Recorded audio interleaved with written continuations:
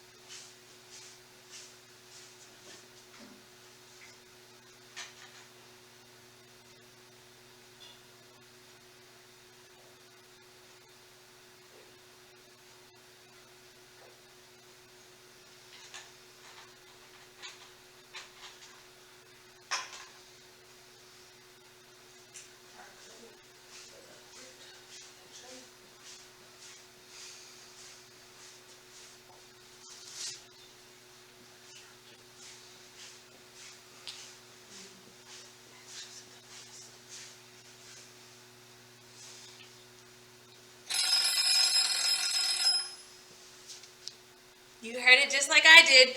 Time is up. Stop what you're doing. All right, guys. So we have done our best. Check. We're ready to check our work. No sad faces. Nope. Because if you look back through your book, you'll see you've been improving, and that's always the goal. That's why they're all in this one book together, so you can see what you've been doing since the beginning. All right, now we are ready to go check our work. So come on. Okay, here we are. We're going to check our sprint. We are writing the missing number. If you'll note, each of these problems has 3 parts coming together to make a whole. In some cases, 2 of the parts make 10, which I think is a good way to help us add them. So yes, we're going to put all the pieces together. We get it right, we get a check, and we get it wrong, we get an X. So let's check. Remember, guys, if I get something wrong, make sure you let me know, okay? Let me know. 13, 12, 13, 12, 14, 14,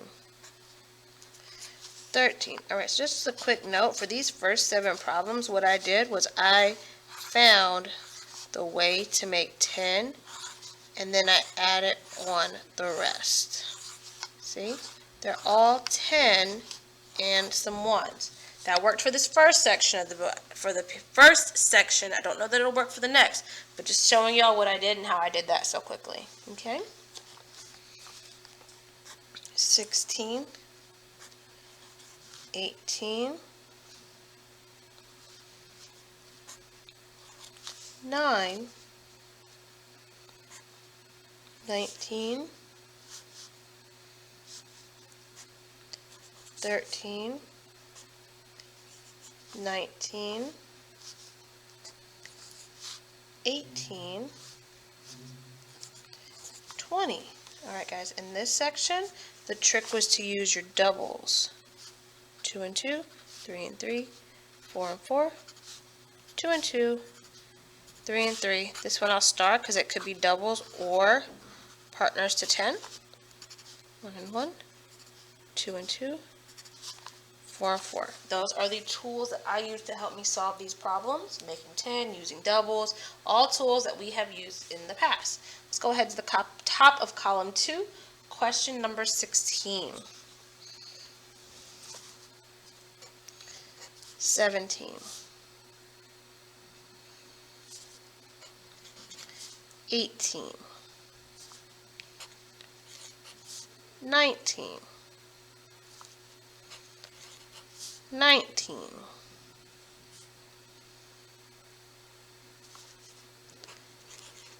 18. Still in my brain. I'm making and taking from 10, guys. I'm making 10s.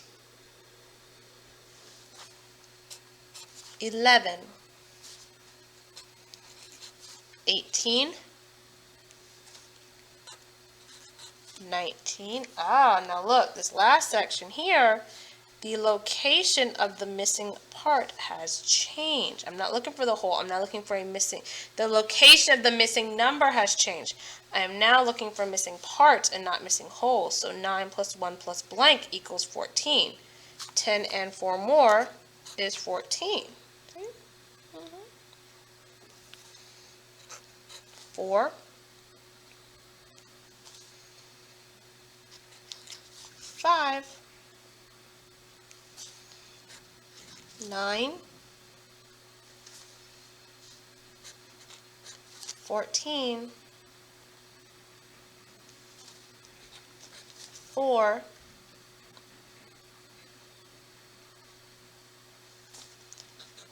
5. All right, let's count up however many we have correct.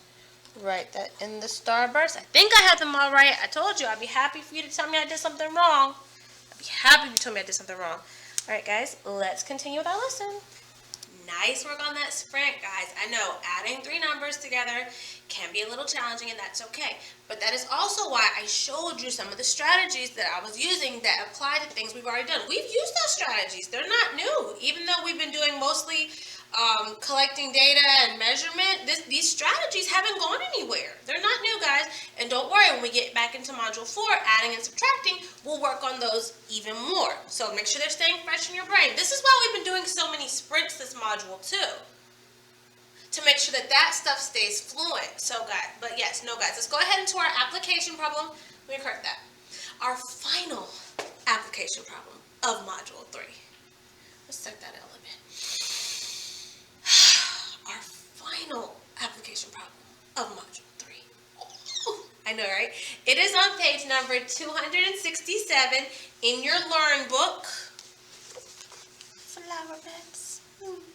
Lovely flower beds. And it reads, Zoe made friendship necklaces for her 3 closest friends. Make a graph to show the 2 colors of beads she used. She used 8 green beads for Lily, 4 purple beads for Jamila, and 12 green beads for Sage. How many green beads did she use? Question is, how many green beads did she use? So make a table so your data has been collected. You need to sort it and interpret it and answer this question. You have 3 minutes to work on it, and then during this time, the video is prompting you to submit an answer to that question. So yeah, that's your work time. You do your best. You do your best, and I'm going to come out of your shot so you can get a good, clean picture of the question. You want me to read it again? Okay, it says, Zoe made friendship necklaces for 3 of her closest friends. Make a graph to show the 2 colors of beads she used. She used 8 green beads for Lily, 4 purple beads for Jamila, and 12 green beads for Sage. How many green beads did she use? Do y'all notice what I notice? This question is printed with an error. And this is why we pay attention. This is why we read. This question is printed with an error. Look, it's even printed wrong in your book too, see? It says it in your book too. It's telling us that she used 2 colors of beads when last I checked, green and purple, no? I don't know what my brain is doing.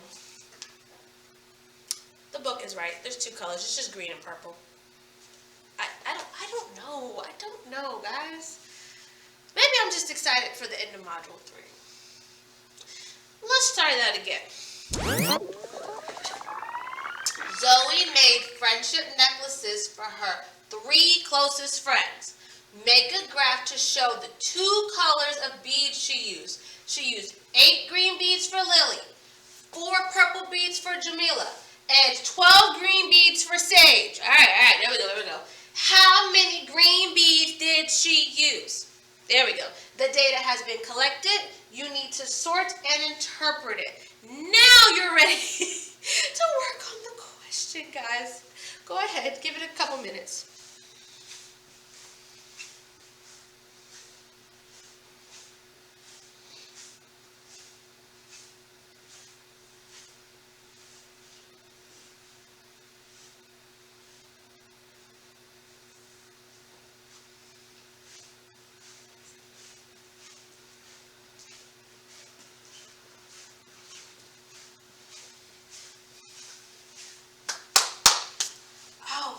We are ready to work together to show solving this problem.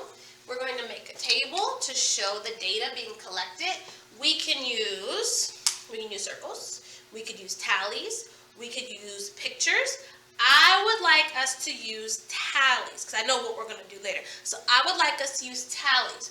We know that our 2 colors are beads, so we're counting beads. That's my title. Graphs and charts and tables have titles. If I didn't mention that before, I apologize. Graphs, charts, tables, when you're presenting data, should have a title. Okay, so beads. We have green, and we have purple. You know what it is? I figured out what happened earlier. Her friend Sage. Sage is also a color. It threw me. I don't know why it messed me up as bad as it did, but it did, and now here we are. We're good, okay? So now, let's sort the data. Okay, starting with, she used 8 green beads for Lily. Let's write tallies to represent the 8 green beads she used for Lily. So, tally, there's 8. Let's count with me. 1, 2, 3, 4, 5, 6, 7, 8. That accounts for the 8 green beads for Lily. Now, let's keep going, comma, 4 purple beads for Jamila. Okay, let's draw to represent 4 purple beads for Jamila. 1, 2, 3, 4 purple beads for Jamila. Good. 4 purples, check. That's a piece of data sorted. And 12 green beads for Sage. So we're already at 8, okay? We're at 8 here. We know that there's 12 green beads for Sage. We want to complete this group of 5, essentially this group of 10, and continue drawing all of the 12. So 1, 2, let's now complete group of 10, 3, 4, 5, 6, 7, 8, 9, 10, 11, 12. You see how I did that? I completed the group of 10 because 8 needed 2 more. That's like our fluency activity from yesterday. and then I kept counting the remaining 10. So now, can we answer the question? How many green beads did she use? She used, let's count it. Count by fives. 5, 10, 15, 20. 20 green beads. She used 20 green beads. I'm trying to figure out how large the purple beads are that she made a whole necklace with 4 beads, but that's neither here nor there. We know she used 20 green beads to make these necklaces. Let me see if this one works better. Nope. It's faster, but it's not cleaner. So let's go ahead and erase this, and I'll show you our charts. So first, we did some we do stuff. Now we're going to look into our I do, which is our instructions for our lesson today. Okay, so we see this graph answers my question of favorite things to make in the snow. See, snow day activities. That is the choices. Then we have the students listed on the side because that is what we're counting, the number of students who chose making snow angels as their favorite thing to make in the snow. So we have a title, we have the voters, and we have the things that they could vote for.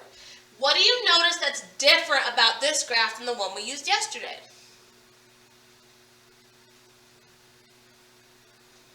Other than it being black and white. Okay, it starts at the bottom. Notice there's still no gaps, no overlaps, and we're lining them up from endpoint to endpoint, which just by looking at this, what did these students like to do the most on a snow day? These students, their votes suggest that their favorite thing to make with snow on a snow day was to make a snowman. A snowman. Look at the number of votes snowman has. Look how tall, look how long that bar is compared to snow angels and snow forts. Okay? So what we did was instead of going from top to bottom, we went from bottom to top. You see a title. You see where I'm telling, and remember yesterday we wrote like a square equals, remember yesterday we had like this, you might not remember, so we said 1, let me turn it on, it was a square equals 1 student, or 1 vegetable, or 1 anything. Today, they wrote the word students along the side to show that this movement going upwards is the votes placed by the students as opposed to putting it at the top. We know that unless it tells us it's more than 1, each unit is 1. It'll tell us if it's not. For our purposes, one square is 1 unit. And then at the bottom, it lists the choices that they had to vote for. A lot of times we've seen the choices listed on the side. Yesterday we saw the choices listed on the side. So now the choices are at the bottom. Who did the voting is on the side, and our title is ever present. Our title is ever present. Now, let's go ahead and we will do one together. This comes from page 349 of your Succeed book. Your Succeed book, that homework book. The digits are 3, 4, and 9, yes. Right here. And look where I'm at. I'm basically on the back cover, guys. I'm basically on the back cover. Isn't that crazy? I'm on the back cover. So what we have here, let's look at this. We have our title, school lunch order. We have our categories, hot lunch, sandwich, and salad. We have our voting. Our votes are being placed by students. Each of them has 1 vote, represented by a smiley face sticker. Okay, just looking at it. Can you tell me any information? You can. The length of the line gives us some information off gate. Let's go ahead and try to answer some questions about it. Now, in addition to answering the questions, we're also going to write a number sentence that matches the question. So we have data that's been collected and sorted. Now we will interpret it and pair it with the matching number sentence. This is to help us get that really back in our brains of making number sentences, because next week, that's going to be where we're at again. That will be where we're at again. Okay. How many more hot lunch orders were there than sandwich orders? So we want to know how many more than, which means we're comparing two different things. We want to know the difference. We want to know the space between my height and your height. Is this space right here in between the two? We're not going to stack you on top of me to find out the difference in height. We want to know the difference in height between, I'm looking for two things that are close by. There we go. We want to know the difference between the crayon and the marker. Just like with that teacher, we don't want to put the crayon on top of the marker. We want to find out how much room is right here. So will that be addition or subtraction? Subtraction. Subtracting, taking away, tells us the difference, okay? So how many more hot lunch orders were there than sandwich orders? So whatever the larger one is, so hot lunch minus sandwiches equals the difference. You don't have to write this down. I'm going to write it down here. So hot lunch minus sandwich equals blank. We're trying to find out hot lunch minus sandwich equals blank. So using our strategy from yesterday, this marker's not as dark as I would like it to be. Hot lunch minus sandwich, we draw a line across from the shortest line. How many hot lunches are past the line? How many hot lunches are past the line? 1. So hot lunch minus sandwich is equal to 1. There were, or it become was because it's one of them. There was one more hot lunch order. Now we need to find the numbers so we can actually make a number sentence. We know our answer is 1. We know the answer is 1. That's the difference. We see that. But now we need the matching numbers that go with this so that we can create a number sentence. So we need to know exactly how many hot lunch orders there were and how many sandwich orders. Let's count. 1, 2, 3, 4, 5, 6, 7. Good. So 7 minus, I'm going to count that. No, 7 minus what is equal to 1? What is 1 less than 7? If you already turned 7, how old were you last time? 6. 7 minus 6 is equal to 1. That is the number sentence that matches what we found using our pictures. Now, my next question to you is, how many fewer salad orders were there than hot lunch orders? How many fewer salad orders? So how many less salads were asked for than hot lunches? So that means now we want hot lunch minus salad equals blank. Hot lunch minus salad equals blank. Okay, we know salad is the smaller group. We're going to draw a line across from the end of there. Okay, hot lunch minus salad. Well, how many hot lunches are past the salad line? 3. There were 3 fewer or 3 less salad orders. Good job. So that means, well, we've already established hot lunch is how many? 7. So 7 minus, count them, 1, 2, 3, 4. 7 minus 4 is equal to, we've already figured that out, 3.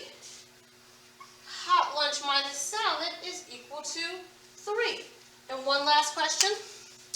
If 5 more students order hot lunch, how many hot lunch orders will they be? So this time we'll start with our number sentence. We currently have 7 students ordering hot lunch. We want to add 5 more students. So 5 students came in late, and it's like, oh, wait, I want hot lunch too. Okay. Hey, Ms. Cobb, we need 5 more hot lunches. Okay, so let's add these 5 to the group. Let's add these 5 to the group. So in order to represent them here, we're going to draw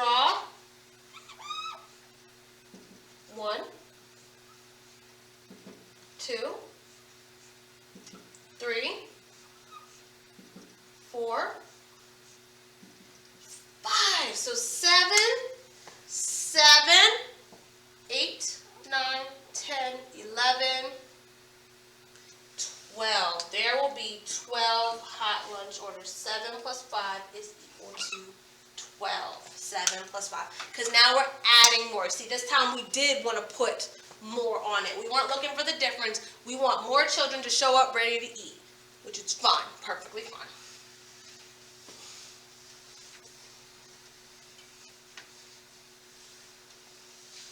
So okay, I have one more question that's not on here. If I want to know how many students ordered salad or sandwich, what operation would that be? Addition or subtraction? Addition. I want salad and sandwich together. The salad children and the sandwich children together. So salads plus sandwiches equals the group I'm looking for. Excellent. Just more ways in which we can interpret the data. All right, guys, now it's time for you to get to work on your last problem set of Module 3.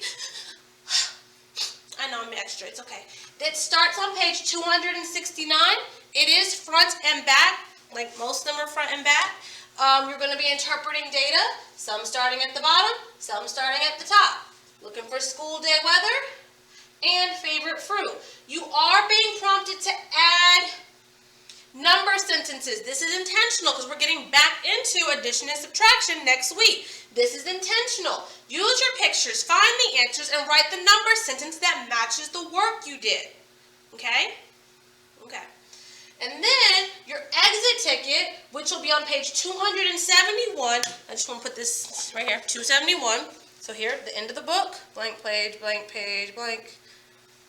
It's like the last, look, I'm like basing on the back cover.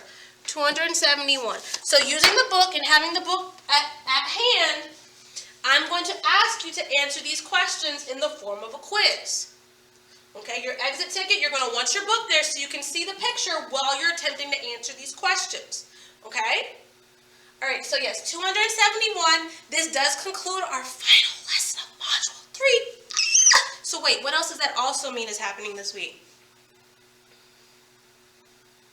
An assessment. Yes, your end of module assessment. I know there was no mid-module. There's no mid-module in Module 3. I didn't decide it. That's just how it is. Yes, so you're going to have that not tomorrow, but the next day. Of course, I'm going to review with you. We'll meet in the afternoon. We'll talk about it. But guys, this does conclude my instruction for you today. If you have any questions, what am I going to say? Reach out, let me know. Canvas, Dojo, phone, text, all those things. I respond to you guys. I really do. But I'll see you later.